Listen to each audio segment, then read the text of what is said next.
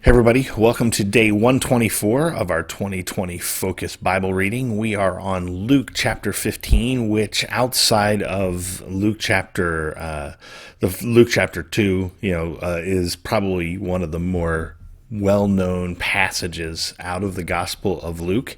And this is what we read. Now the tax collectors and sinners were all gathering around to hear Jesus. But the Pharisees and the teachers of the law muttered, "This man welcomes sinners and eats with them." Then Jesus told them this parable. Suppose one of you has 100 sheep and loses one of them. Doesn't he leave the 99 in the open country and go after the lost sheep until he finds it?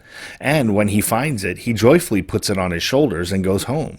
Then he calls his friends and neighbors together and says, "Rejoice with me, I have found my lost sheep." I tell you that in the same way there will be more rejoicing in heaven over one sinner who repents than over 99 righteous persons who do not need to repent. Or suppose a woman has 10 silver coins and loses one. Doesn't she light a lamp, sweep the house, and search carefully until she finds it? And when she finds it, she calls her friends and neighbors together and says, "Rejoice with me, I have found my lost coin." In the same way, I tell you, there is rejoicing in the presence of the angels of God over one sinner who repents. Jesus continued, There was a man who had 2 sons. The younger one said to his father, "Father, give me my share of the estate." So he divided his property between them. Not long after that, the younger son got together all he had, set off for a distant country, and there squandered his wealth in wild living. After he had spent everything, there was a severe famine in that whole country, and he began to be in need. So he went and hired himself out to a citizen of that country, who sent him to his fields to feed pigs. He longed to fill his stomach with the pods that the pigs were eating, but no one gave him anything. When he came to his senses, he said, "How many of my father's hired servants have food to spare, and here I am starving to death? I will set out and go back to my father and say to him, 'Father, I have sinned against heaven and against you. I am no longer worthy to be called your son. Make me like one of your hired servants.' So he got up and went to his father. But while he was still a long way off, his father saw him and was filled with compassion for him. He ran to his son, threw his arms around him, and kissed him. The son said to him, 'Father, I have sinned against heaven and against you. I am no longer worthy to be called your son.' But the father said to his servants, 'Quick, bring the best robe and put it on him. Put a ring on his finger and sandals on his feet. Bring the fattened calf and kill it. Let's have a feast and celebrate. For this son of mine was dead and is alive again. He was lost and is found.' So they began to celebrate. Meanwhile, the older son was in the field. When he came near the house, he heard music and dancing. So he called one of the servants and asked him what was going on. 'Your brother has come,' he replied, 'and your father has killed the fattened calf because he has him back safe and sound.' The older brother became angry and refused to go in. So his father went out and pleaded with him. But he answered his father, 'Look, all these years I've been slaving for you and never disobeyed your orders, yet you never gave me even a young goat so I could celebrate with my friends. But when this son of yours, who has squandered your property with prostitutes, comes home, you kill the fattened calf for him.' 'My son,' the father said, 'you are always with me, and everything I have is yours.'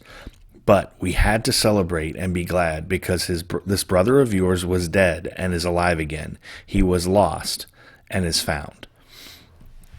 All right, this is like I said, one of the more popular chapters in the Gospel of Luke, and is probably been preached over also almost as much as probably Luke chapter 2, because these parables are so distinctive of the message of Jesus and how he came to seek and save the lost.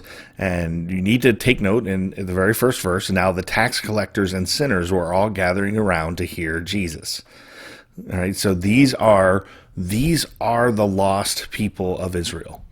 Right? The Pharisees were considered found. They were considered people who were connected to God. They were doing the right thing.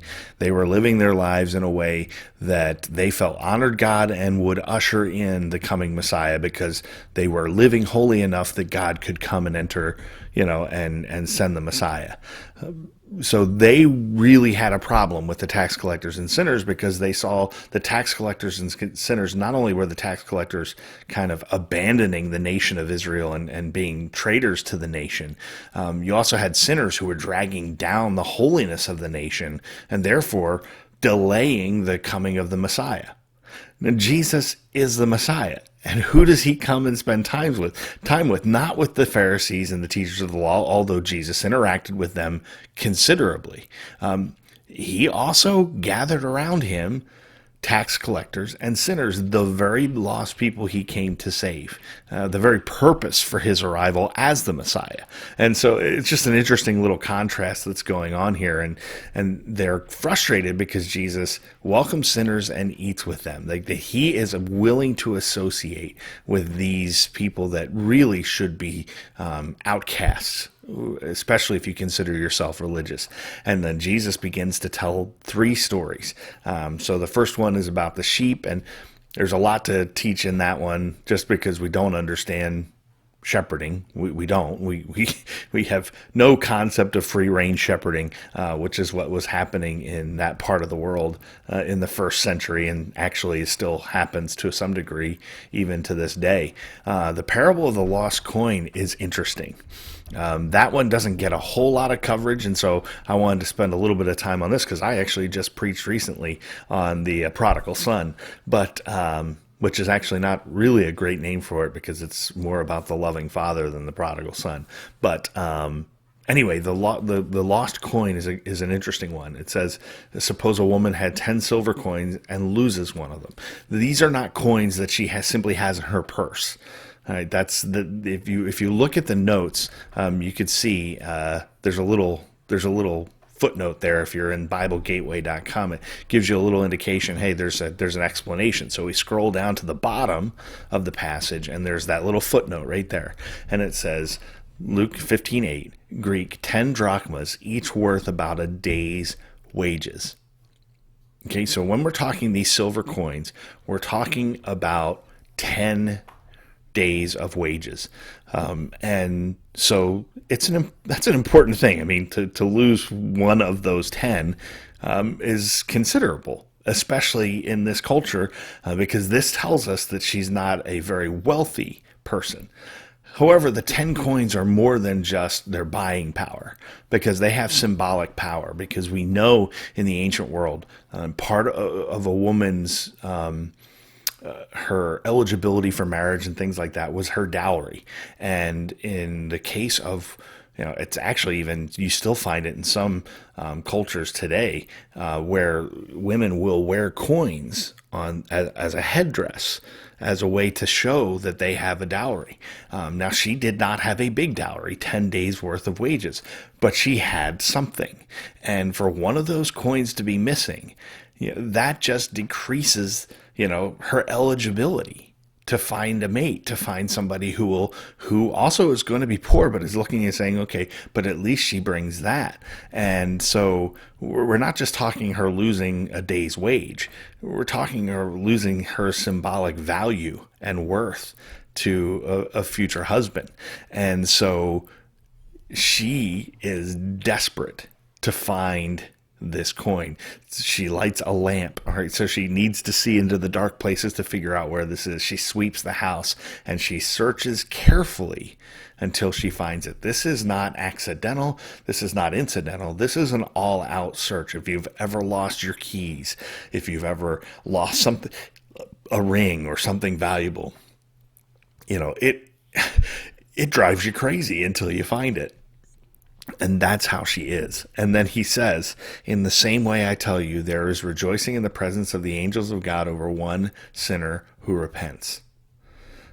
And it just reinforces this idea that Jesus was coming to seek and save the lost, and that his goal was to help them to turn towards God.